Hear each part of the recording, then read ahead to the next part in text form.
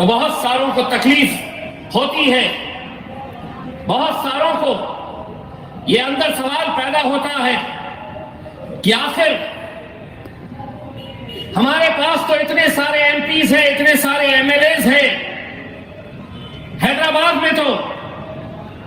گنتی کے M L as مجلس کے ہیں، پارلیمنٹ کے اندر تو صرف 2 ہی ہیں، لیکن کیا وجہ ہے کہ جب بولتے ہیں تو اچھوں کو سننا پڑتا ہے؟ کیا وجہ ہے کہ جب ہم کھڑے رہتے ہیں بولنے کے لیے تو تمہارا کٹر دشمن کیوں نہ ہو سیاست کے میدان کے اندر، وہ بھی اس بات کا اعتراف کرتا ہے، وہ بھی یہ مانتا ہے کہ جو بول رہے ہیں ہم سچ بول رہے ہیں؟ کئی بار ایسا ہوا ہے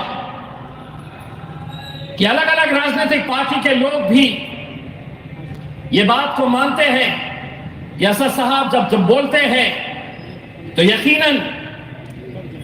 وہ ایسی باتیں سامنے لے کر آتے ہیں جس کا کوئی چیلنج نہیں ہو سکتا ہے، جو کھڑے رہ کر یہ نہیں کہہ سکتا ہے کہ نہیں آپ غلط بول رہے ہیں۔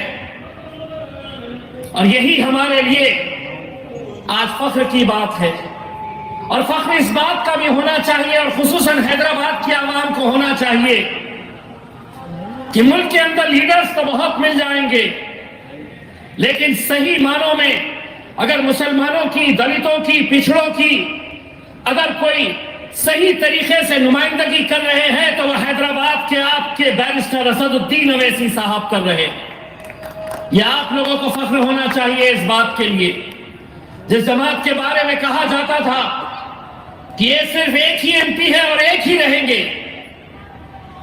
لیکن الحمدللہ ایک کے 2 ہوئے ہیں، اور انشاءاللہ وہ وقت دور نہیں کہ جب ایک اور ایک 11 بھی وہاں پر جا کر ہمارے ایم پیز بیٹھیں گے انشاءاللہ، اگر آپ لوگوں کی دعائیں رہی تو۔ میں تو اسد بھائی کو یہی کہتا ہوں کہ پارٹی کی نمائندگی جتنی ہوتی ہے، آپ کی تعداد جتنی ہوتی ہے اسمبلی میں، پارلیمنٹ کے اندر، اس کے مطابق آپ کو وقت دیا جاتا ہے۔ اگر آپ ایک ایم پی ہے تو 2 منٹ، 2 ایم پی ہے تو 3 منٹ، اس حساب سے پورا کیلکولیشن کیا جاتا ہے۔ میں اسد بھائی سے اکثر یہ کہتا ہوں کہ اسد بھائی جس دن انشاءاللہ ہم 5 ہو جائیں گے، ان 500 کے اوپر پورے بھاری ہو جائیں گے،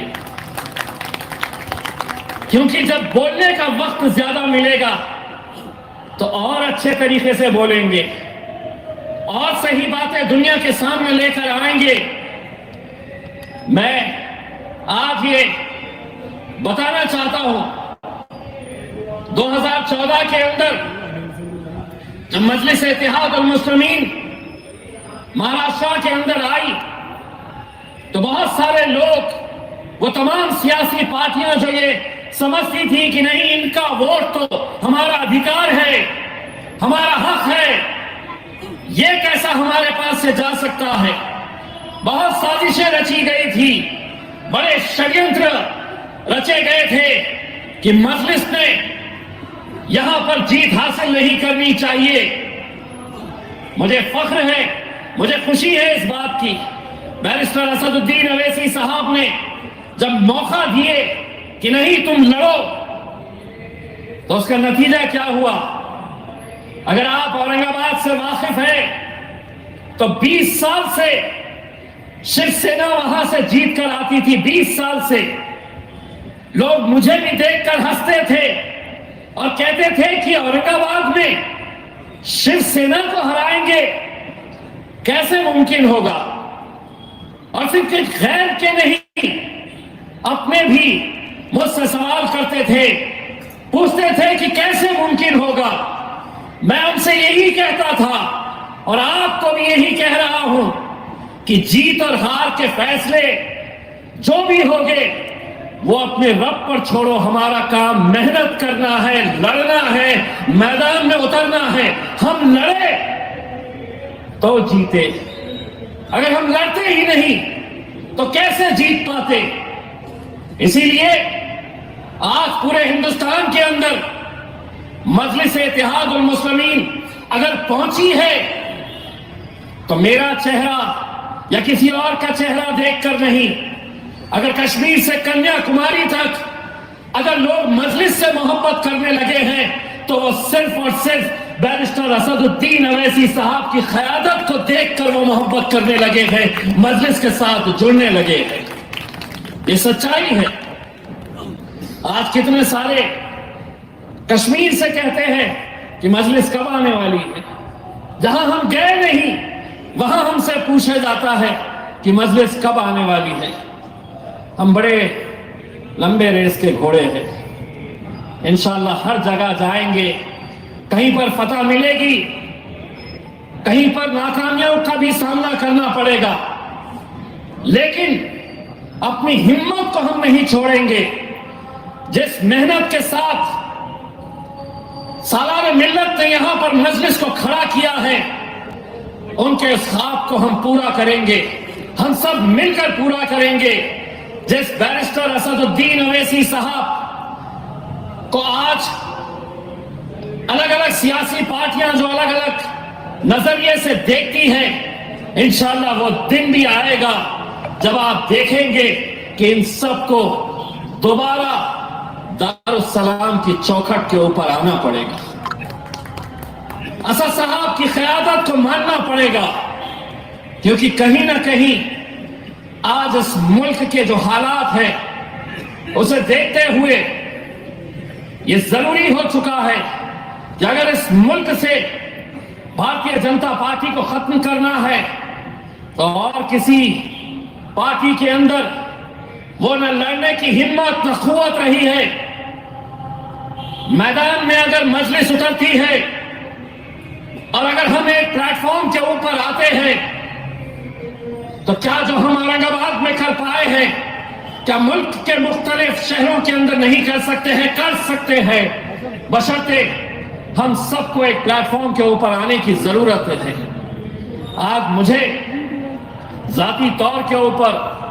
اس بات کی خوشی ہوتی ہے کہ اگر ملک کا وزیر اعظم بھی، ملک کا گرہ منتری بھی، بڑے بڑے منتری بھی جب لوک سبھا کے اندر آتے ہیں اپنی گاڑیوں سے اترتے ہیں اور جب لوک سبھا کے اندر جاتے ہیں تو اتنا میڈیا ان کے پیچھے نہیں بھاگتا ہے،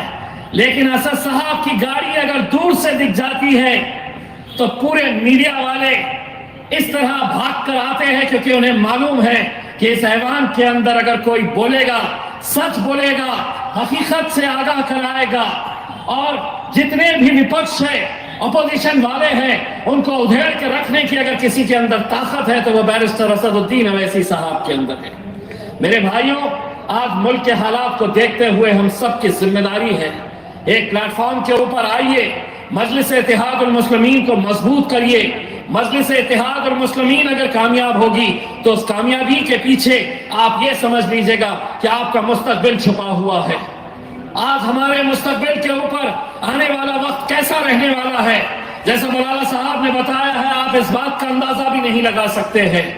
کہ آج کس طریقے سے ہمیں نشانہ بنایا جا رہا ہے۔ آنے والے وقت کے اندر کیسے نئے نئے قانون لائے جانے والے ہیں۔ اگر ہم بکھر گئے، اگر ہم بڑھ گئے، اگر ہم کمزور ہو گئے تو شاید پارلیمنٹ کے اندر وہ آواز جو اتنی بلند ہے اسی بنیاد کے اوپر بلند ہے کہ میں اکیلا نہیں ہوں، میرے ساتھ یہ عوام کی طاقت میرے پیچھے ہے، وہ طاقت آپ لوگوں کو اور مضبوط کرنے کی ضرورت ہے، اور صرف حیدرآباد میں نہیں پورے ملک کے اندر مضبوط کرنے کی ضرورت ہے۔ بہت بہت شکریہ۔ واخر دعوانا